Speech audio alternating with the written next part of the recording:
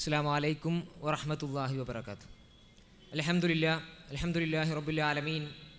അസ്സലാത്തു വസ്സലാമു അലാ അഷ്റഫിൽ മുർസലീൻ വഅലാ ആലിഹി വസഹാബത്തിഹി അജ്മഈൻ. അമ്മാ ബഅദ്.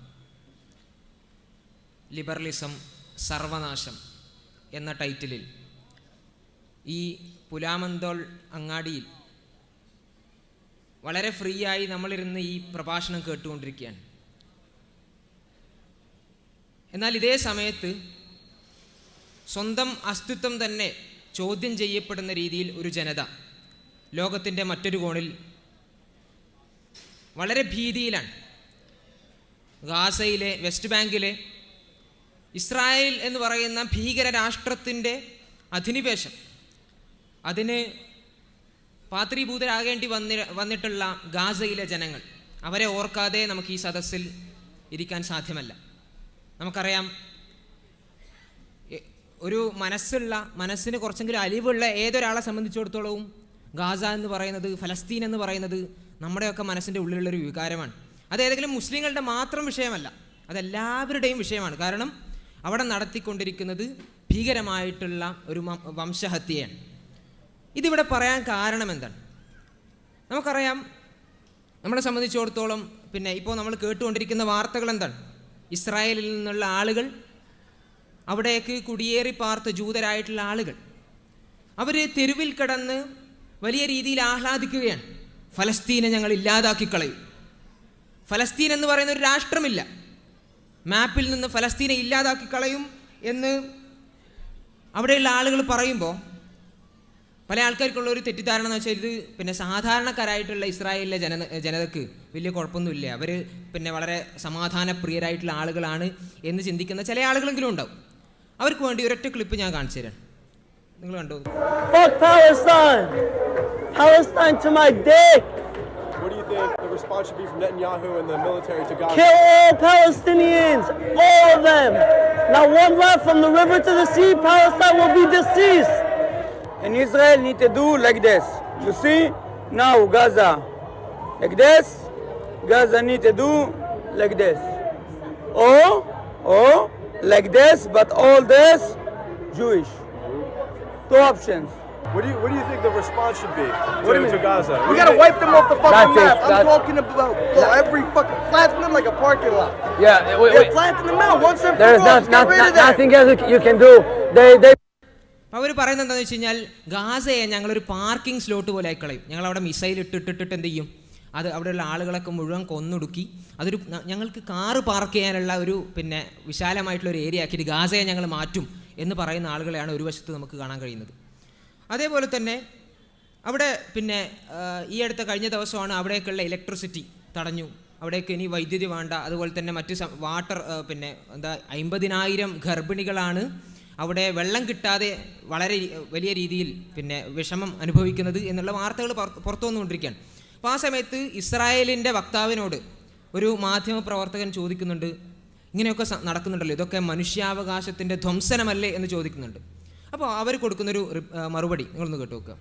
And what about those Palestinians in hospital who are on life support, and babies in incubators whose life support and incubator will have to be turned off because the Israelis have cut the power to Gaza? Are you seriously keep on asking me about Palestinian civilians? What's wrong with you? Have you not seen what happened? We're fighting Nazis. We don't target them. Now the world can come and bring. അപ്പോൾ എന്താണ് ഇതിൽ മനുഷ്യാവകാശം നിങ്ങൾ നോക്കുന്നില്ലേ? അവിടെയുള്ള ആളുകൾക്ക് വെള്ളം വേണ്ട, വൈദ്യുതി വേണ്ട എന്നുള്ള രീതിയിൽ നിങ്ങൾ തടഞ്ഞു നോക്കുമ്പോൾ അതിൽ നിങ്ങൾക്ക് മനുഷ്യാവകാശമൊന്നും ഇല്ലേ എന്ന് ചോദിക്കുമ്പോൾ അവർ പറയാണ്, നിങ്ങൾ എന്താണ് ചോദിക്കുന്നത്? ഫലസ്തീനിലെ ജനതക്ക് ഇതൊക്കെ വേണമെന്നോ? അവരുടെ മനുഷ്യാവകാശത്തെക്കുറിച്ചാണോ നിങ്ങൾ ചോദിക്കുന്നത്? അങ്ങനെയാണോ നിങ്ങൾ ചോദിക്കേണ്ടത് എന്നാണ് അദ്ദേഹം ചോദിക്കുന്നത്. അപ്പോൾ നമുക്കറിയാം, ലോകത്ത് ഇപ്പോൾ ലോക വൻശക്തിയായി നമ്മൾ പറയുന്ന രാഷ്ട്രങ്ങളെല്ലാവരും ഇസ്രായേലിനെ സപ്പോർട്ട് ചെയ്തുകൊണ്ട് മുന്നോട്ട് വരുന്നത് പല രീതിയിൽ, പല കമ്പനികൾ പല രീതിയിൽ, പല ആളുകൾ ഈ രീതിയിൽ മുന്നോട്ട് വന്നുകൊണ്ടിരിക്കുമ്പോൾ ഇസ്രായേലിലെ ഒരു മന്ത്രി അദ്ദേഹം കൊടുത്തിട്ടുള്ള ഒരു ഇൻ്റർവ്യൂവിൽ, അദ്ദേഹം കൊടുത്തൊരു പ്രസ് കോൺഫറൻസിൽ അദ്ദേഹം പറയുന്നൊരു കാര്യമുണ്ട്. അത് അവിടെയാണ് നമ്മുടെ വിഷയത്തിൻ്റെ കാതൽ കടന്നു വരുന്നത്. അത് നിങ്ങളൊന്ന് കണ്ടു നോക്കൂ. אנחנו מטילים מצור מוחלט על העיר עזה. אין חשמל, אין מזון, אין מים, אין דלק. הכל סגור. אנחנו נלחמים בחיות אדם ואנחנו נוהגים בהתאם. We are fighting against human animals.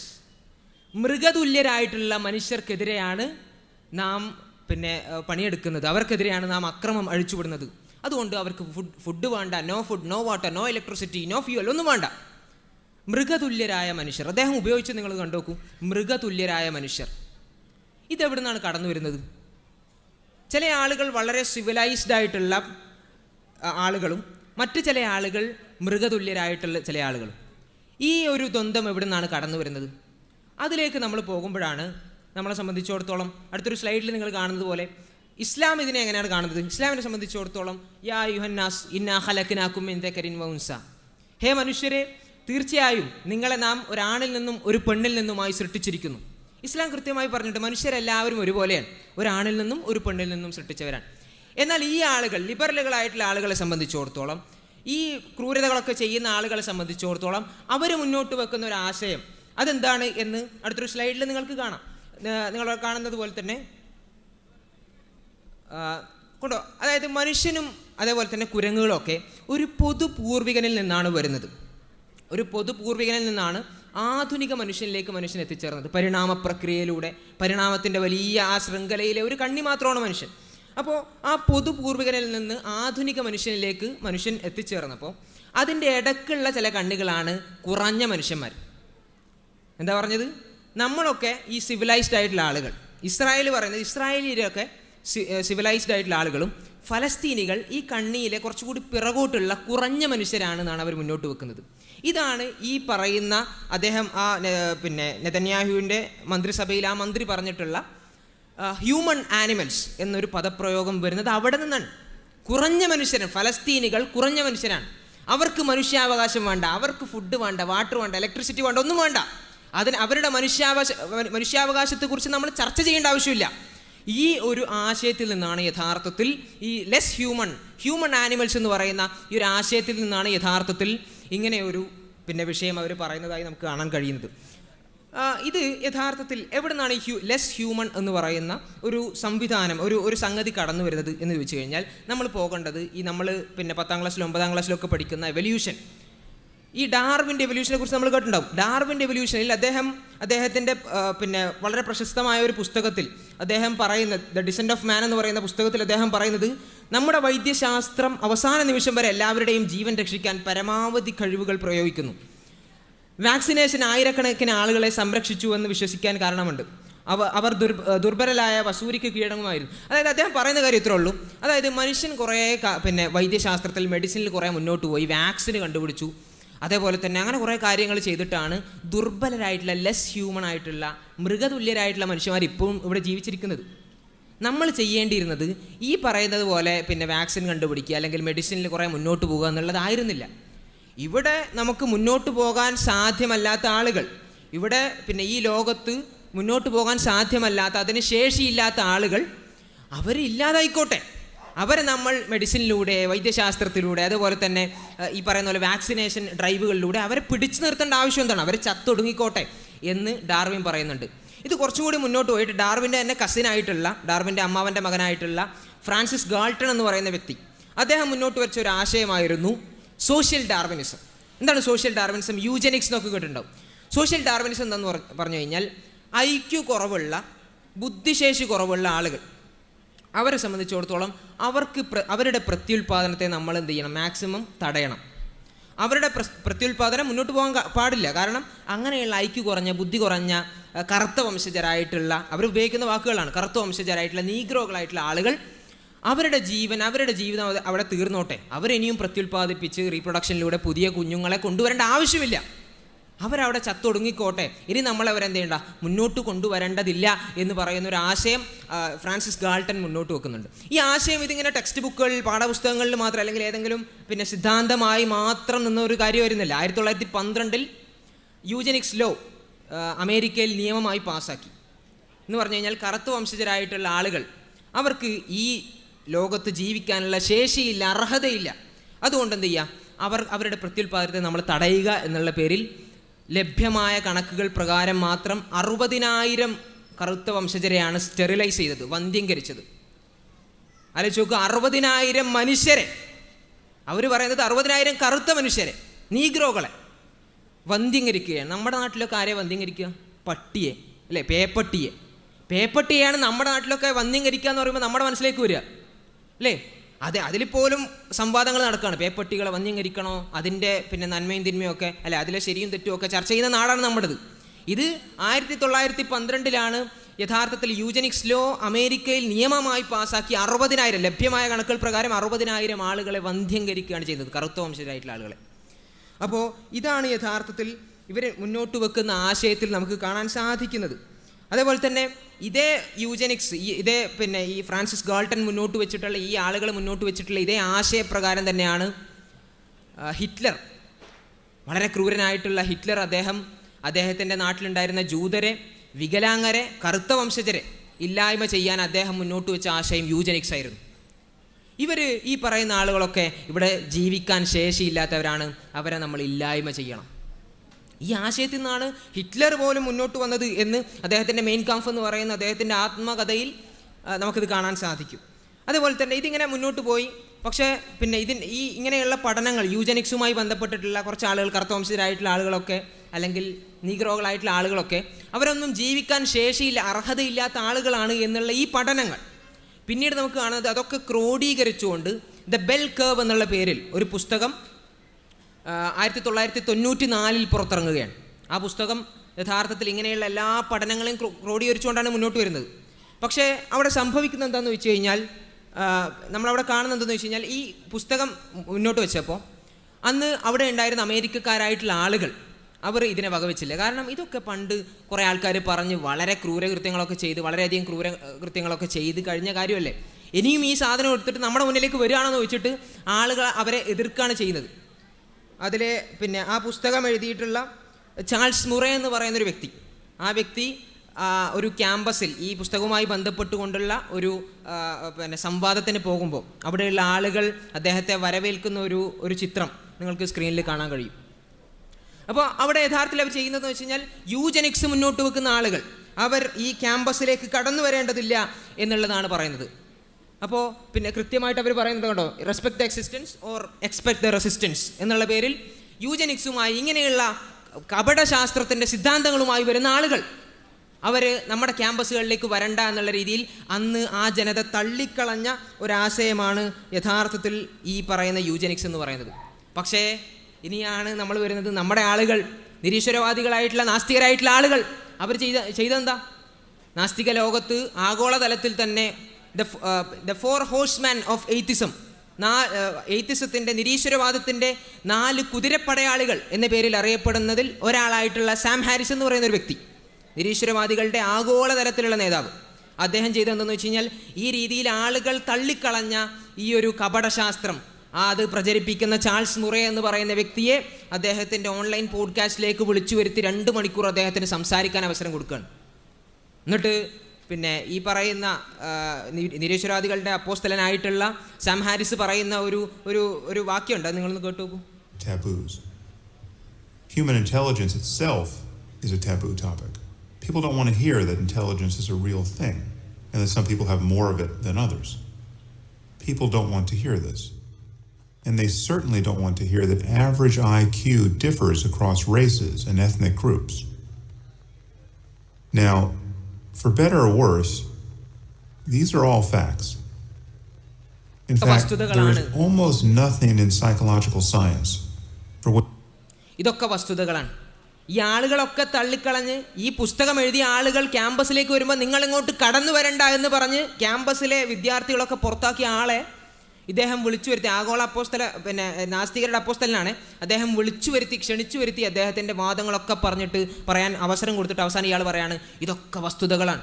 ഇങ്ങനെ ഒരു സംഗതിയുണ്ട്, കറുത്ത വംശജരായിട്ടുള്ള ആളുകൾ, ചില വംശങ്ങൾ എന്ന് പറയുമ്പോൾ അവർക്ക് IQ കുറവാണ്, അവർക്ക് ബുദ്ധിശക്തി കുറവാണ്, അതുകൊണ്ട് അവരുടെ എക്സിസ്റ്റൻസ്, അവരുടെ അസ്തിത്വം തന്നെ ചോദ്യം ചെയ്യപ്പെടേണ്ടതാണ്, അവർ ഈ ഭൂമി ലോകത്ത് നിന്ന് ഇല്ലാതാക്കപ്പെടേണ്ട ചില ആളുകൾ തന്നെയാണ് എന്ന് അദ്ദേഹം കൃത്യമായിട്ട് പറയുന്നുണ്ട്. ഇത് മാത്രമല്ല, അദ്ദേഹത്തിൻ്റെതായിട്ടുള്ള പിന്നെ പല പ്രസ്താവനകളും ഈ രീതിയിൽ കാണാൻ കഴിയും. ഇത് ഒരു വശത്ത് ഈ കറുത്ത വംശജരായിട്ടുള്ള ആളുകളെ ഇവരിങ്ങനെ പറഞ്ഞ് അവസാനം അതിനൊന്നും കാഴ്ചക്കാരില്ലാതായി. ഇതൊക്കെ വളരെ വലിയ രീതിയിൽ വംശീയമായിട്ടുള്ള പദപ്രയോഗങ്ങളാണ് എന്നുള്ള നിലക്ക് അതിനൊന്നും കാഴ്ചക്കാരില്ലാതായ സമയത്ത് അവർ പുതിയ മേച്ചിൽപ്പുറങ്ങൾ തേടി യാത്രയാവുകയാണ്. അപ്പോൾ ഈ അമേരിക്കയിലേക്ക് വരുന്ന കറുത്ത വംശജരിൽ വലിയൊരു വിഭാഗം മുസ്ലിങ്ങളാണ്.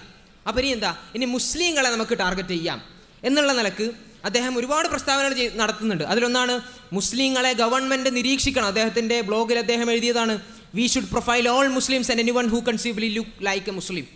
മുസ്ലിങ്ങളെ, അതുപോലെ തന്നെ മുസ്ലിങ്ങളായി പിന്നെ നമ്മൾ നോക്കുമ്പോൾ ഇങ്ങനെ മുസ്ലിങ്ങളായി കാണുന്ന എല്ലാവരെയും നമ്മൾ എന്ത് ചെയ്യണം, പ്രൊഫൈൽ ചെയ്യണം, അവരെ നിരീക്ഷിക്കണം, ഗവൺമെൻറ് അവരെ നിരീക്ഷിക്കണം. ഇത് മാത്രമാണോ അദ്ദേഹം പറയുന്നത്? അദ്ദേഹം പറയുന്ന മറ്റൊരു പിന്നെ പ്രശസ്തമായൊരു വാക്യമാണ്, നമ്മുടെ യുദ്ധം ഇസ്ലാമിൻ്റെ പേരിലുള്ള അല്ലെങ്കിൽ തീവ്രവാദത്തോടല്ല, മറിച്ച് നമ്മുടെ പ്രശ്നം എന്താണെന്ന് വെച്ച് കഴിഞ്ഞാൽ അത് ഇസ്ലാം തന്നെയാണ്. ഇസ്ലാമാണ് ഇവിടുന്ന് ഇല്ലാതാവേണ്ടത്, അല്ലാതെ ഇസ്ലാമിൻ്റെ പേരിലുള്ള തീവ്രവാദം എന്നല്ല, ഇസ്ലാം തന്നെ ഇല്ലായ്മ ചെയ്യപ്പെടേണ്ട ഒരു സംഗതിയാണ്. ഇത് പറഞ്ഞ ശേഷം അദ്ദേഹം പറയുന്ന മറ്റൊരു കാര്യം എന്താണെന്ന് വെച്ച് കഴിഞ്ഞാൽ, മുസ്ലിങ്ങളുടെ ആവശ്യം നമുക്കിനിയില്ല, ഈ ലോകത്ത് മുസ്ലിങ്ങളുടെ ആവശ്യമില്ല. ഞാനിത് നമ്മളാരും പറയുന്നില്ല, അതായത് ചെറിയൊരു പിന്നെ ലോക്കൽ ഇവിടുത്തെ ഈർക്കിൽ നിരീശ്വരവാദി പറയുന്നതല്ല, നിരീശ്വരവാദികളുടെ ആഗോള അപ്പോസ്തലനായിട്ടുള്ള നേതാവ് സാം ഹാരിസ് പറയാണ്, മുസ്ലിങ്ങളുടെ ആവശ്യം ലോകത്തിനില്ല. അദ്ദേഹം പറയുന്ന ക്ലിപ്പിങ്ങളൊന്ന് കണ്ടു. What is the fucking point of having more Muslims in your society? It seems perfectly rational to say we don't want any more. We have enough, right? And certainly increasing the percentage is not a help to anyone who loves freedom of speech and anything else, any of the other liberal values that you and I just spoke. എന്താണ് ഇനി മുസ്ലിങ്ങളുടെ ആവശ്യം? ഈ സമൂഹത്തിൽ മുസ്ലിങ്ങളെ കൊണ്ട് എന്ത് ഗുണമുള്ളത്? അതുകൊണ്ട് മുസ്ലിങ്ങളുടെ ആവശ്യം നമുക്കില്ല എന്ന് അദ്ദേഹം പറഞ്ഞു വെക്കുകയാണ്. ഒരു ജനതയ്ക്കെതിരെ, ഒരു സമുദായത്തിന് മൊത്തമായിട്ടാണ് അദ്ദേഹം പറയുന്നത്, മുസ്ലിങ്ങളുടെ ആവശ്യമേ ഇനി നമുക്കില്ല എന്നാണ്. ഇത് ആഗോളതലത്തിലുള്ള ഇംഗ്ലീഷ് സംസാരിക്കുന്ന സാം ഹാരിസിനെ പോലെയുള്ള ആഗോള നിരീശ്വരവാദികൾ ഇങ്ങനെ പറയുന്നു. നമ്മുടെ കേരളത്തിലേക്ക് വന്നു കഴിഞ്ഞാൽ കേരളത്തിലെ നിരീശ്വരവാദികളുടെ പ്രധാനപ്പെട്ട ആൾ എന്നുള്ള നിലക്ക് വിശേഷിപ്പിക്കപ്പെടുന്ന ഒരാൾ, അദ്ദേഹത്തോടൊരു ചോദ്യം ചോദിച്ചപ്പോൾ അദ്ദേഹം പറയുന്ന ഒരു ഉത്തരം നിങ്ങളൊന്ന് കേട്ടു നോക്കുക. നിങ്ങൾ നല്ലതാണെങ്കിൽ, even without religion you are good, even with religion you are good. പ്രശ്നം എന്ന് പറഞ്ഞു കഴിഞ്ഞാൽ നല്ല ഒരു വ്യക്തിയെ കൊണ്ട് മോശം കാര്യങ്ങൾ ചെയ്യിക്കാൻ ഈ മതത്തിനും സ്പിരിച്വാലിറ്റിക്കും സാധിക്കുന്നു എന്നുള്ളതാണ്. ബിൻ ലാദനിൽ നിന്നും, സവാഗിരിയിൽ നിന്നും, ബാഗ്ദാദിൽ നിന്നും ഇസ്ലാം എടുത്ത് മാറ്റിയാൽ അവരൊരു പക്ഷേ ഏറ്റവും മികച്ച വ്യക്തികളായി. എത്ര തെറ്റായ ആർഗ്യുമെന്റും ബിൻ ലാദനിൽ നിന്നും ഐമൻ സവാഹിരിയിൽ നിന്നൊക്കെ ഇസ്ലാം എടുത്തു മാറ്റിക്കഴിഞ്ഞാൽ അവരേറ്റവും നല്ല മനുഷ്യന്മാർ.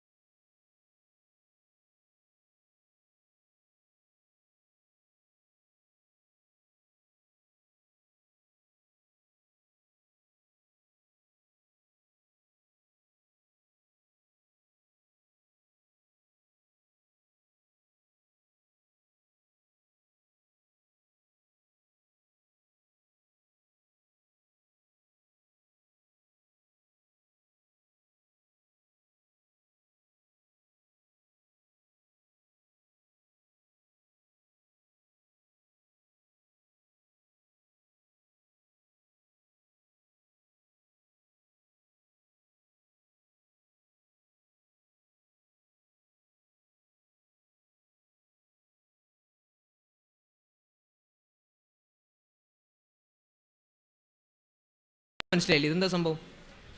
കാറിൻ്റെ പിറകിൽ പട്ടിയെ വലിച്ചിട്ട് ആരോ പോയി, ആ പട്ടി ചത്തുപോയി, അതിന് ഇസ്ലാമാണ് പ്രശ്നം. അപ്പോൾ മൂപ്പര് പറയാണ്, പട്ടിക്കെതിരെ ഇസ്ലാം കുറേ എന്തൊക്കെയോ പറയുന്നുണ്ട്, അതുകൊണ്ട് ഈ വലിച്ചുകൊണ്ടുപോയ ആളെ പേര് മുസ്ലിമാണ്, അതുകൊണ്ട് അതാണ് പ്രശ്നം. ഇസ്ലാമാണ് അവിടെ പ്രശ്നം. ഇസ്ലാമാണ് അവിടെ പിന്നെ അയാളെ പട്ടിയെ വലിച്ചു കൊണ്ടുപോകാൻ അയാളെ പ്രേരിപ്പിച്ചത് ഇസ്ലാമാണ് എന്നാണ് പറയുന്നത്. അപ്പോൾ എന്ത് വന്നു കഴിഞ്ഞാലും അതിൻ്റെ മെറിറ്റ് നോക്കാതെ അത് ഇസ്ലാമിൽ കൊണ്ടുപോയി കെട്ടിവെക്കാണ്.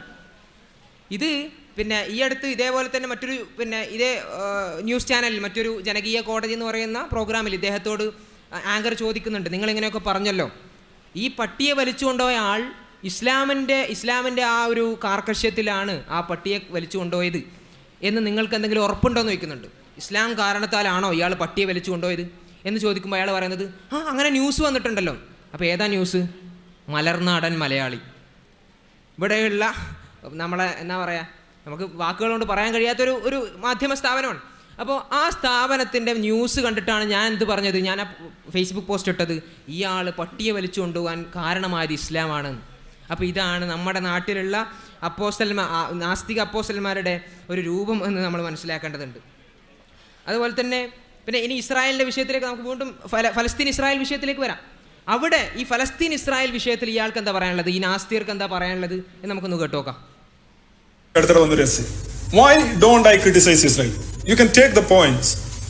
First one, he say, the discourse in Muslim world about Jews is utterly shocking. Not only there is a Holocaust denial, there is a Holocaust denial that then assert that we will do it for real if we are given a chance. മുസ്ലിം ലോകത്ത് ഉണ്ടായ ഒരു ചിന്താഗതി, അവർ holocaust നിഷേധിക്കുന്നു എന്ന് മാത്രമല്ല, holocaust യഥാർത്ഥത്തിൽ നടന്നിട്ടില്ല, പക്ഷെ ഒരു അവസരം തരാണെങ്കിൽ ഞങ്ങൾ നടത്താം. യൂതന്മാരുടെ കൂട്ടക്കെല്ലാം നടന്നിട്ടില്ല, പക്ഷെ ഞങ്ങൾക്കൊരു ചാൻസ് തരാമെങ്കിൽ നടത്താം എന്നുള്ള രീതിയിൽ പാഠപുസ്തകങ്ങളിലും മീഡിയയിലും, പലസ്തീനിലെ പാഠപുസ്തകങ്ങളൊക്കെ കണ്ടു കഴിഞ്ഞാൽ അതിനകത്ത് ഇസ്രേലികൾക്കെല്ലാം കൊമ്പുകളുണ്ട്. ഇസ്രേലികൾ അവിടെ ഒരുപാട് ക്രൂരതകൾ ചെയ്യുന്നുണ്ട്. അവർക്ക് ഇതിന് ഗത്യന്തരമില്ലാതെ ചെയ്യുന്നതാണ് പലതും. ഫലസ്തീനിൽ ഇസ്രായേൽ കുറേ ക്രൂരതകളും ഒക്കെ ചെയ്യുന്നുണ്ട്. അത് ഗത്യന്തരം ഇല്ലാതെ ചെയ്യുന്ന ക്രൂരതകളാണ്. നമ്മൾ പല ക്രൂരതകളും കേട്ടിട്ടുണ്ടാവും അല്ലേ? പല ക്രൂരതകളും കേട്ടിട്ടുണ്ടാവും. ഗത്യന്തരമില്ലാതെ ആരെങ്കിലും ക്രൂരത ചെയ്തിട്ട് നമ്മൾ കേട്ടിട്ടുണ്ടോ?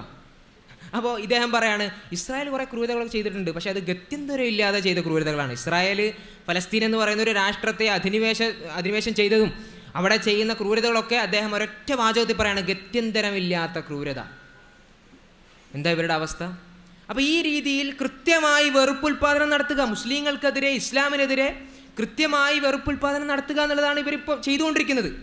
മാത്രമല്ല മറ്റൊരു ഇതേപോലെ തന്നെയുള്ള കേരളത്തിലെ പിന്നെ പല്ല് കൊടിഞ്ഞിട്ടുള്ള മറ്റൊരു സട കൊഴിഞ്ഞൊരു യുക്തിവാദി, നിരീശ്വരവാദി നേതാവ്, നിരീശ്വരവാദി എന്നൊക്കെ വിളിക്കാൻ പറ്റുമെന്ന് അറിയില്ല, അതേപോലെയുള്ള ഒരു എക്സ് മുസ്ലിം ആയിട്ടുള്ള ഒരാൾ, അദ്ദേഹം പറയുന്നൊരു കാര്യം, ഈ നമ്മൾ സാധാരണ ഈ റെഫ്യൂജീസ് ആയിട്ടുള്ള അഭയാർത്ഥികളായിട്ടുള്ള ആളുകൾ വീടും നാടും ഒന്നും ഇല്ലാതെ അല്ലേ, ചിലപ്പോൾ ചെറിയ കപ്പലുകളിലൂടെയൊക്കെ കടലിലൊക്കെ പോയി അവസാനം അവിടെ നിന്നൊക്കെ കടലിലൊക്കെ മരിക്കുന്ന ആളുകളൊക്കെ നമുക്ക് ഭയങ്കര, അവരെ കുറിച്ച് ഓർക്കുമ്പോൾ നമുക്ക് ഭയങ്കര സങ്കടമാണ് തോന്നുക. പക്ഷേ ഈ ആളുകളെ സംബന്ധിച്ചിടത്തോളം ഇവർക്ക് ഈ റെഫ്യൂജീസ്, അഭയാർത്ഥികൾ, ഫലസ്തീൻ പ്രശ്നം എന്നൊക്കെ കേൾക്കുമ്പം ഇവരുടെ മനസ്സിൽ എന്താ തോന്നുന്നത് അറിയോ? അത് നിങ്ങളൊന്ന് കേട്ടു നോക്കൂ. സമാധാനവും സന്തോഷവും അല്ലെങ്കിൽ വേണ്ട അതിജീവനത്തെക്കുറിച്ചുള്ള ഒരു ഉത്കണ്ഠയുള്ള ആളുകളെല്ലാം എങ്ങോട്ടാണ് ഓടുന്നത്? യൂറോപ്പിലേക്ക് പോവുകയാണ്. കാരണം അവിടെ ചെന്നാൽ അത്യാവശ്യം ഭക്ഷണവും കിട്ടും സൗജന്യമായിട്ട്, അഭയാർത്ഥികൾക്ക് എല്ലാ സൗകര്യങ്ങളും കിട്ടും. അവിടുത്തെ പൗരന്മാർക്ക് കിട്ടുന്നതിനുള്ള സൗകര്യങ്ങളാണ് അഭയാർത്ഥികൾക്ക് അവർ കൊടുക്കുന്നത്. അങ്ങനെയാണ് അവരുടെ നിയമം, അതാണ് അവരുടെ കൾച്ചർ. അതുകൊണ്ട് അവിടേക്ക് ആളുകൾ ഓടുകയാണ്. എന്നിട്ട് അവിടെ ചെന്നിട്ട് അവർ പ്ലക്കാർഡും പിടിച്ച് നിൽക്കുകയാണ്. എന്താ പ്ലക്കാർഡും പിടിച്ച് നിൽക്കുന്നത്? ഞങ്ങളെ പേടിക്കണ്ട. പക്ഷെ ആ പ്ലക്കാർഡിന്റെ പിന്നിലും ഉണ്ടാവും ബോംബ് അരയിൽ വെച്ച് കെട്ടിയ സൂത്രക്കാര്. അങ്ങനെയുള്ള അക്രമങ്ങളും ഇപ്പോൾ അവിടെ നടന്നുകൊണ്ടിരിക്കുന്നു.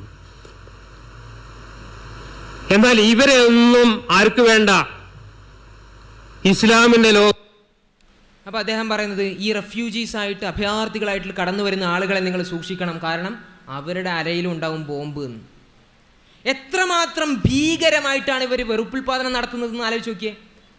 വീടും നാടും ഇല്ലാതെ കുഞ്ഞുങ്ങളും തോളിലേറ്റി വരുന്ന ആളുകളുടെ അരയിലും ബോംബുണ്ടാവും, നിങ്ങൾ സൂക്ഷിക്കണം. എന്താ ഇവരെ അവസ്ഥ?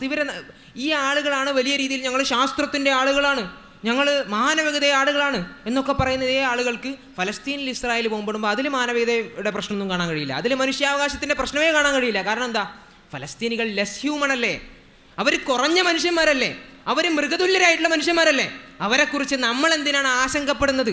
ഇനി അവരൊക്കെ ഇല്ലായ്മ ചെയ്താലും അത്രയും മുസ്ലിങ്ങൾ പോയി കിട്ടിയില്ലേ, അത്ര ആലോചിച്ചാൽ പോരെ എന്നുള്ളതാണ് ഇവരുടെയൊക്കെ മനസ്സിൻ്റെ ഉള്ളിലുള്ള ചിന്ത എന്നിവിടെ വളരെ കൃത്യമായി നമുക്ക് ബോധ്യപ്പെടുക. ഇത് നമ്മൾ വലിയ രീതിയിൽ നമ്മൾ ഇവരെക്കുറിച്ച് അപവാദം പറയുന്നത് കേൾക്കണ്ട. ഇവർ തന്നെ പറയുന്നൊരു കാര്യമുണ്ട്. ഇതേ ആള് തന്നെ ഒരു പോസ്റ്റ് ഇട്ടത് നമുക്ക് കാണാൻ, ഒരു കമൻ്റ് ഇട്ടത് കാണാൻ കഴിയും. മുസ്ലിങ്ങൾ മനുഷ്യരായാൽ പ്രശ്നം പരിഹരിക്കാം. മുസ്ലിങ്ങൾ മനുഷ്യരായാൽ പ്രശ്നം പരിഹരിക്കാം. അതിൻ്റെ അർത്ഥം എന്താ? മുസ്ലിങ്ങൾ മനുഷ്യന്മാരല്ല. മുസ്ലിങ്ങളെ മനുഷ്യരായി കൂട്ടാൻ ഞങ്ങൾക്ക് സാധ്യമല്ല. മുസ്ലിങ്ങളൊന്നും മനുഷ്യന്മാരായി കഴിഞ്ഞാൽ അവരെ നമുക്ക് എന്ത് ചെയ്യാം? ഈ പ്രശ്നങ്ങളൊക്കെ നമുക്ക് എന്ത് ചെയ്യാം? പരിഹരിക്കാം. അതേപോലെ തന്നെ നമ്മുടെ നാട്ടിൽ വലിയ രീതിയിൽ വിവാദമായിട്ടുള്ള ഒരു സംഗതിയായിരുന്നു. അഖില എന്ന് പറയുന്ന ഒരു പെൺകുട്ടി, അവർ ഇസ്ലാം മതം സ്വീകരിച്ചുകൊണ്ട് ഹാദിയ എന്നുള്ള പേരിൽ വന്നപ്പോൾ ഇദ്ദേഹം എഴുതിയ കമൻറ്റ് നിങ്ങൾ നോക്കൂ. അഖിലയായിരുന്നപ്പോൾ ഒരു സ്വതന്ത്ര വ്യക്തിയായിരുന്നു. അഖിലയാകുമ്പം സ്വതന്ത്ര വ്യക്തിയാണ്. അവൾ ഹാദി ആയതോടുകൂടി മറ്റൊരാൾക്ക് തുണിയിൽ പൊതിഞ്ഞു കൊണ്ടു നടക്കാനുള്ള വെറും ഒരു ശരീരം മാത്രമായി അവർ ചുരുങ്ങി. മറ്റൊരാളുടെ സ്വകാര്യ സ്വത്താണെന്ന് അവൾ. തിരിച്ചു വീണ്ടും അഖിലയായാൽ മനുഷ്യനാവാം എന്ന് പറഞ്ഞു കഴിഞ്ഞാൽ അഖില എന്ന് പറയുമ്പോൾ മനുഷ്യനാണ്, ഹാദിയ എന്ന് പറഞ്ഞു കഴിഞ്ഞാൽ മനുഷ്യനല്ല. അതേതോ ആൾക്ക് തുണിയിൽ പൊതിഞ്ഞ് കൊണ്ടു നടക്കാനുള്ള ഒരു വസ്തു മാത്രമാണ് എന്നുള്ള രീതിയിൽ കൃത്യമായി ഒബ്ജക്റ്റിഫൈ ചെയ്യാൻ ഇത്രയും മനുഷ്യത്വ വിരുദ്ധമായിട്ടുള്ള, മുസ്ലിം വിരുദ്ധമായിട്ടുള്ള ആളുകളാണ് വലിയ രീതിയിൽ നമ്മളോട് മാനവികതയെക്കുറിച്ച് അല്ലേ വലിയ രീതിയിൽ ശാസ്ത്രം പറയുന്ന ആളുകളാണ് എന്നൊക്കെ പറഞ്ഞു വരുന്നത്. ശാസ്ത്രം പറയാന്ന് പറഞ്ഞിട്ട് യൂജനിക്സ് പോലെയുള്ള കപടശാസ്ത്രങ്ങൾ പറയാം, ലെസ് ഹ്യൂമൻ എന്ന് പറയാം. ഈ ചെയ്യുന്ന ആളുകളാണ് യഥാർത്ഥത്തിൽ നമ്മുടെ ഇങ്ങനെയുള്ള ആളുകളാണ് നമ്മുടെ മുന്നിലേക്ക് വരുന്നത്. ഈ ആളുകൾ തന്നെ പത്രം ഇങ്ങനെ തുറന്നു വെച്ചിട്ട് ഒരു ദിവസം അയാൾ വീഡിയോ ഇടാണ്, പത്രം ഇങ്ങനെ തുറന്നു വെച്ചിട്ട് അതിലുള്ള പ്രതികളുടെ പേരിങ്ങനെ വായിക്കുകയാണ്. മുഹമ്മദ് സാദിഖ്, മുഹമ്മദ് അമീൻ, എന്നിട്ട് ഇങ്ങനെ കുറേ മുഹമ്മദ് വായിച്ചിട്ട് അദ്ദേഹം പറയാണ്, കണ്ടോ പത്രത്തിൽ മുഴുവൻ മുഹമ്മദാണ് അല്ലേ, മുഹമ്മദിൻ്റെ പേര് വെച്ചിട്ടാണ് ആളുകൾ കുറ്റകൃത്യങ്ങൾ ചെയ്യുന്നത് എന്ന് പറഞ്ഞു കഴിഞ്ഞാൽ മുസ്ലിങ്ങളാണ് ഇവിടെ കുറ്റകൃത്യങ്ങൾ ചെയ്യുന്നത് എന്നുള്ള രീതിയിൽ വളരെ പച്ചയായി അദ്ദേഹം പറയുന്നത് നമുക്ക് കാണാൻ കഴിയും. അപ്പോൾ ഇങ്ങനെയുള്ള ആളുകളാണ് നമ്മളോട് ഈ പറയുന്ന പോലെയുള്ള മാനവികത പറയുന്നത് എന്നുള്ളതാണ് ഏറ്റവും വലിയ വിരോധാഭാസം എന്ന് നമ്മൾ മനസ്സിലാക്കണം. അപ്പോൾ ഈ വിഷയത്തിൽ യഥാർത്ഥത്തിൽ നമ്മൾ മനസ്സിലാക്കേണ്ടത് നാസ്തികരായിട്ടുള്ള മതമില്ല എന്നൊക്കെ പറയുന്ന ആളുകൾ, ഇവർക്കൊക്കെ ഓരോ രാഷ്ട്രീയ ചായ്വുകളുണ്ടാവും. അവരെ സംബന്ധിച്ചിടത്തോളം അവർ ഈ രീതിയിൽ വെറുപ്പുൽപാദനം നടത്തി ഒരു വശത്ത് നിൽക്കുകയാണ്. ഇനി നമ്മുടെ രാഷ്ട്രീയ ഭൂമികയിൽ പൊളിറ്റിക്കൽ സ്പെക്ട്രത്തിലേക്ക് നമ്മൾ വന്നു കഴിഞ്ഞാൽ അവിടെ നമുക്കറിയാം ഇടതുപക്ഷം വലതുപക്ഷം കൃത്യമായി റൈറ്റ് വിങ് അതുപോലെ തന്നെ ലെഫ്റ്റ് വിങ് നമ്മൾ കൃത്യമായി ആഗോളതലത്തിൽ നമ്മൾ പറയുന്നതാണ്. ഒരു സെൻറ്റർ പാത്ത് ഉണ്ടാവും, അതുപോലെ തന്നെ ഒരു ലെഫ്റ്റ് ഉണ്ടാവും, എക്സ്ട്രീം ലെഫ്റ്റ് ഉണ്ടാവും, അതുപോലെ തന്നെ റൈറ്റ് ഉണ്ടാവും, എക്സ്ട്രീം റൈറ്റ് ഉണ്ടാവും അല്ലേ. വലതുപക്ഷം ഉണ്ടാവും, തീവ്ര വലതുപക്ഷവും ഇടതുപക്ഷവും തീവ്ര ഇടതുപക്ഷവും ഉണ്ടാവും. അങ്ങനെയുള്ള പല രീതിയിൽ മുന്നോട്ട് പോകുന്ന ആളുകൾ നമ്മുടെ സമൂഹത്തിലുണ്ടാവും. ഈ ഒരു ഇസ്രായേൽ പലസ്തീൻ വിഷയം മാത്രം നമ്മൾ എടുത്തു കഴിഞ്ഞാൽ പല ആളുകളുടെയും മുഖം മൂടി അഴിഞ്ഞു എന്നുള്ളതാണ് നമുക്ക് കാണാൻ കഴിയുന്നത്. ഒന്ന് ഈ പറയുന്ന നാസ്തികരുടെ, ഈ പറയുന്ന ലിബറലുകളുടെ കൃത്യമായിട്ടുള്ള രീതിയിൽ അവരുടെ മുഖം മൂടി അഴിഞ്ഞു കഴിഞ്ഞു. അതേപോലെ തന്നെ മറ്റു ചില ആളുകൾ, മുസ്ലിങ്ങളായിട്ടുള്ള ആളുകൾ പോലും പലപ്പോഴും ഷെയർ ചെയ്തുകൊണ്ടിരിക്കുന്ന ചില ആളുകൾ, ജോർദാൻ ബി പീറ്റേഴ്സനെ പോലെയുള്ള വലിയ രീതിയിൽ മോട്ടിവേഷൻ സ്പീക്കറായിട്ട് നമ്മുടെയൊക്കെ മുന്നിലേക്ക് കടന്നു വരുന്ന ജോർദാൻ പീറ്റേഴ്സനെ പോലെയുള്ള ആളുകൾ, അവരൊക്കെ മുന്നോട്ട് വെക്കുന്ന ഒരു ആശയം എന്താണെന്ന് വെച്ച് കഴിഞ്ഞാൽ മുസ്ലിങ്ങളും ക്രൈസ്തവരും അതേപോലെ തന്നെ മതമുള്ള ആളുകളൊക്കെ അല്ലെങ്കിൽ വലതുപക്ഷത്തേക്ക് ചായ നിൽക്കുന്ന ആളുകളൊക്കെ എന്ത് ചെയ്യണം, ഒരുമിക്കണം. നമ്മളൊക്കെ ഒരുമിച്ച് LGBTക്കെതിരെ നമ്മൾ പടപൊരുതണം, അതേപോലെ തന്നെ കമ്മ്യൂണിസത്തിനെതിരെ നമ്മൾ പറയണം, ഇവിടെ ഉണ്ടാകുന്ന സോഷ്യൽ ഡീജനറസിക്കെതിരെ അല്ലേ, നമ്മുടെ സമൂഹം തകർന്നുകൊണ്ടിരിക്കുകയാണ്, നമ്മൾ അതിനെതിരെയൊക്കെ പടപൊരുതണം എന്നൊക്കെ പറയുന്ന ആളുകൾ നമ്മുടെ സമൂഹത്തിലുണ്ട്. അപ്പോൾ അവരൊക്കെ കടന്നു വരുമ്പോൾ നമ്മുടെ സാധാരണക്കാരായിട്ടുള്ള ആളുകൾ ചിന്തിക്കുന്ന ഒരു കാര്യം എന്താണെന്ന് വെച്ച് കഴിഞ്ഞാൽ ഇവരുടെ കൂടെ നമുക്ക് ചേരാലോ, നമുക്ക് ഒരുമിച്ച് എന്ത് ചെയ്യാം, ഇങ്ങനെയുള്ള സോഷ്യൽ ഈവിൾസിനെതിരെ സോഷ്യൽ ഡീജനറസിക്കെതിരെ നമുക്ക് പടപൊരുതാം എന്ന് നമ്മൾ വിചാരിക്കും. പക്ഷേ അതേ ആളുകളാണ് ഗിവ് ദം ഹെൽ. ഫലസ്തീൻ ഇസ്രായേൽ വിഷയം, അതിൽ ഒരു ഇസ്രായേലിലേക്ക് ഫലസ്തീൻ്റെ പ്രതിരോധ സേന അവർ പോയി അവിടെ ബോംബിട്ടപ്പോൾ, അവിടെ മിസൈൽ അയച്ചപ്പോൾ ഇദ്ദേഹം പറയാണ് ഗിവ് ദം ഹെൽ, അവരുടെ ആവശ്യം നമുക്കില്ല, കഴിഞ്ഞത് കഴിഞ്ഞു, ഇനഫ് ഈസ് ഇനഫ്, കഴിഞ്ഞത് കഴിഞ്ഞു, ഇനി നമുക്ക് ഈ ഫലസ്തീനികളെ വേണ്ട, അവരെ അങ്ങോട്ട് ഉന്മൂലനം ചെയ്ത് കളയാം എന്ന്, അവർക്ക് നരകതുല്യമായിട്ടുള്ള ശിക്ഷ കൊടുത്ത് അവരെ ഇല്ലായ്മ ചെയ്യണം എന്ന് പറയുന്നത് ഈ പറയുന്ന പൊളിറ്റിക്കൽ സ്പെക്ട്രത്തിലെ രാഷ്ട്രീയ ഭൂമികയിലുള്ള വലതുപക്ഷത്ത് നിൽക്കുന്ന ആളുകളാണ്. അതേപോലെ തന്നെ വലിയ രീതിയിൽ ഇപ്പോൾ ജാമിയൽ കർട്ടിസിനെ പോലെയുള്ള ആളുകൾ അവർ ഈ രീതിയിൽ ഇസ്രായേൽ വലിയ രീതിയിൽ അക്രമം നടക്കുകയാണ്, ഇസ്രായേൽ ഭയങ്കര പ്രശ്നത്തിലാണ് എന്നൊക്കെ പറഞ്ഞിട്ട് അവർ പോസ്റ്റ് ചെയ്യുന്ന പിക്ചർ ഏതാ, ഗാസയിലെ കുഞ്ഞുങ്ങൾ യാതന അനുഭവിക്കുന്ന പിക്ചർ എടുത്തിട്ടാണ് അദ്ദേഹം പറയുന്നത് ഇസ്രായേലിലെ പ്രശ്നം. ഈ രീതിയിൽ എട്ടും പൊട്ടും തിരിയാത്ത രീതിയിൽ ഈ വിഷയങ്ങളിൽ ഇടപെടുന്ന ആളുകൾ. അതേപോലെ തന്നെ മറ്റ് ബെൻ ഷപ്പീറോ പോലെയുള്ള ആളുകൾ. ബെൻ ഷപ്പീറോ എന്നൊക്കെ പറയുമ്പോൾ വലതുപക്ഷത്ത് നിൽക്കുന്ന, രാഷ്ട്രീയ ഭൂമിയിൽ വലതുപക്ഷത്ത് നിൽക്കുന്ന ഈ പറയുന്ന LGBTക്കെതിരെയൊക്കെ അല്ലേ, മുസ്ലിങ്ങളുടെ വിശ്വാസപരമായിട്ടുള്ള വിഷയങ്ങളാണ് LGBT എന്നൊക്കെ പറയുമ്പോൾ അതിനൊക്കെ എതിർക്കണം എന്നുള്ളത്. ആ വിഷയത്തിൽ മുസ്ലിങ്ങളോട് ഒരുമിച്ച് നിൽക്കുന്ന ബെൻ ഷപ്പീറോ പോലെയുള്ള ആളുകൾ അവർ വലിയ രീതിയിൽ കള്ളങ്ങൾ പ്രചരിപ്പിച്ചുകൊണ്ടിരിക്കുകയാണ്. ഇതിപ്പോൾ നിങ്ങൾ ഈ സ്ക്രീനിൽ കാണുന്നത് എന്താണെന്ന് വെച്ച് കഴിഞ്ഞാൽ അദ്ദേഹം പറയുന്നത് ഇസ്രായേലിലെ ഒരു കുഞ്ഞ്, ആ കുഞ്ഞിനെ ഇവർ ബോംബിട്ടിട്ട് ഇങ്ങനെ ആക്കി വെച്ചു എന്നാണ്. അപ്പോൾ കാണുന്ന എല്ലാവരും വിചാരിക്കുന്ന ഇസ്രായേലിൽ ഫലസ്തീൻ നടത്തുന്ന ഭീകരമായിട്ടുള്ള ആക്രമണങ്ങളാണ്, ഇസ്രായേലിൻ്റെ കൂടെയാണ് നമ്മൾ നിൽക്കേണ്ടതെന്ന് തോന്നും. പക്ഷേ ഇതേ കാര്യം നമ്മളൊന്ന് ഫാക്റ്റ് ചെക്ക് ചെയ്ത് നോക്കി കഴിഞ്ഞാൽ അവിടെ നമുക്ക് കാണാൻ കഴിയുന്നത് ഇത് ആർട്ടിഫിഷ്യൽ ഇൻ്റലിജൻസ് കൊണ്ട് ഇവരുണ്ടാക്കിയെടുത്തൊരു പിക്ചറാണ്. ഈ പിക്ചർ വെച്ചിട്ടാണ് അവരെന്ത് ചെയ്യുന്നത്, ഇസ്രായേൽ ഫലസ്തീൻകാർ വലിയ രീതിയിൽ ആക്രമണം ഉണ്ടാക്കി. ആർട്ടിഫിഷ്യൽ ഇൻ്റലിജൻസിനെ നമ്മളൊക്കെ എന്തിനായി ഉപയോഗിക്കുക? ഇവരുപയോഗിച്ചത് ഈ കാര്യത്തിന്. അപ്പോൾ ഇതാണ് ഇവരുടെ ഒരു അവസ്ഥ. അതേപോലെ തന്നെ പിന്നെ വേറെ ചില ആളുകൾ, ഇരട്ടത്താപ്പുള്ള വേറെ ചില ആളുകളെയും ഈ വിഷയത്തിൽ നമുക്ക് കാണാൻ കഴിയും. ഇത് ഉർസുല വോണ്ടർലീൻ എന്ന് പറയുന്ന പിന്നെ ഈ യൂറോപ്യൻ കമ്മീഷൻ്റെ 2019 മുതലുള്ള അധ്യക്ഷയാണ്. അവർ റഷ്യ യുക്രൈനിൽ ആക്രമണം നടത്തിയപ്പോൾ അവർ പറഞ്ഞ ഒരു കാര്യമാണ് നിങ്ങൾ കാണുന്നത്. Russia's attack against civilian infrastructure, അതൊക്കെ വാർ ക്രൈമാണ്. Cutting off men, women, children, പിന്നെ ഓഫ് വാട്ടർ, ഇലക്ട്രിസിറ്റി, ഇതൊക്കെ ഇങ്ങനെ ആളുകൾക്കല്ലേ റഷ്യ യുക്രൈനിൽ യുദ്ധം തുടങ്ങിയപ്പോൾ യുക്രൈനിലെ ആളുകൾക്ക് പിന്നെ ഈ പറയുന്ന പോലെ വെള്ളമില്ല, ഭക്ഷണമില്ല, അവർക്ക് ഇലക്ട്രിസിറ്റി ഇല്ല, വൈദ്യുതി ഇല്ല, അതൊക്കെ വാർ ക്രൈമാണ്, അതൊക്കെ മനുഷ്യത്വരഹിതമാണെന്നാണ് ഇവർ പറഞ്ഞത്. അതേ ആൾ റഷ്യ യുക്രൈനിൽ ആക്രമണത്തെ നടത്തിയപ്പോൾ ഈ രീതിയിൽ അപലപിച്ചയാൾ ഫലസ്തീനിൽ ഇസ്രായേൽ ആക്രമണം നടത്തുമ്പോൾ അവർ പിന്നെ എന്താ ചെയ്തത്, ഇസ്രായേലിൽ പോയിട്ട് അവർക്ക് ഐക്യദാർഢ്യം പ്രഖ്യാപിക്കുക. അപ്പോൾ കൃത്യമായിട്ടുള്ള ഇരട്ടത്താപ്പ് നമുക്കിവിടെ കാണാൻ കഴിയും. ഇതാണ് വലതുപക്ഷത്തുള്ള ആളുകളെ നോക്കുമ്പോൾ നമുക്ക് കാണാൻ കഴിയുന്നത്.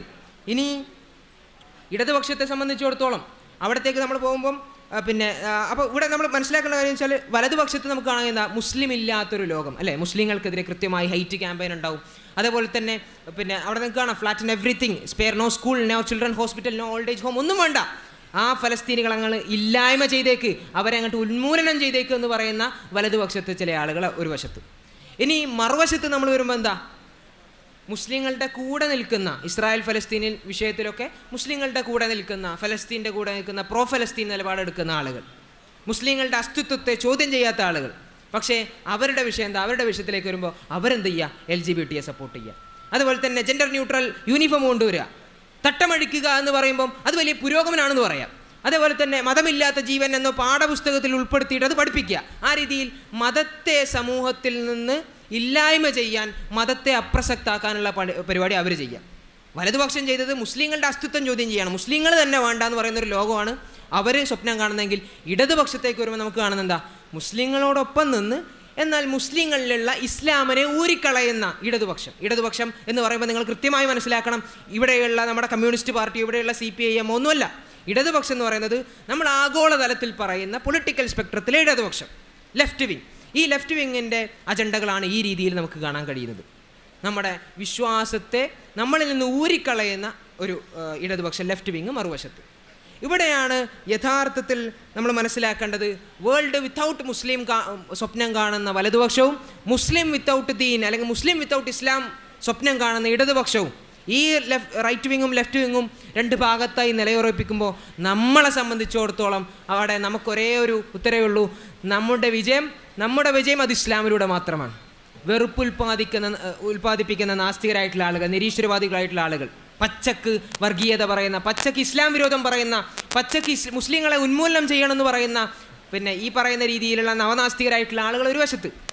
ഇനി പൊളിറ്റിക്കൽ സ്പെക്ട്രത്തിലേക്ക് നമ്മൾ വന്നു കഴിഞ്ഞാൽ വലതുപക്ഷത്തുള്ള ആളുകൾ നമ്മൾ മുസ്ലിങ്ങളുടെ അസ്തിത്വം തന്നെ ചോദ്യം ചെയ്യുന്ന ഒരു ആളുകൾ വലതുപക്ഷത്തും, അതേപോലെ തന്നെ മുസ്ലിങ്ങളുടെ വിശ്വാസം ചോദ്യം ചെയ്യപ്പെടുന്ന ഒരു അവസ്ഥയാണ് ഇടതുപക്ഷത്ത് നമുക്ക് കാണാൻ കഴിയുന്നത്. അപ്പോൾ ഇതിൻ്റെ നടുക്ക് മുസ്ലിങ്ങളെ സംബന്ധിച്ചിടത്തോളം അവരുടെ വിജയം ഇസ്ലാമിലൂടെ മാത്രമാണ്.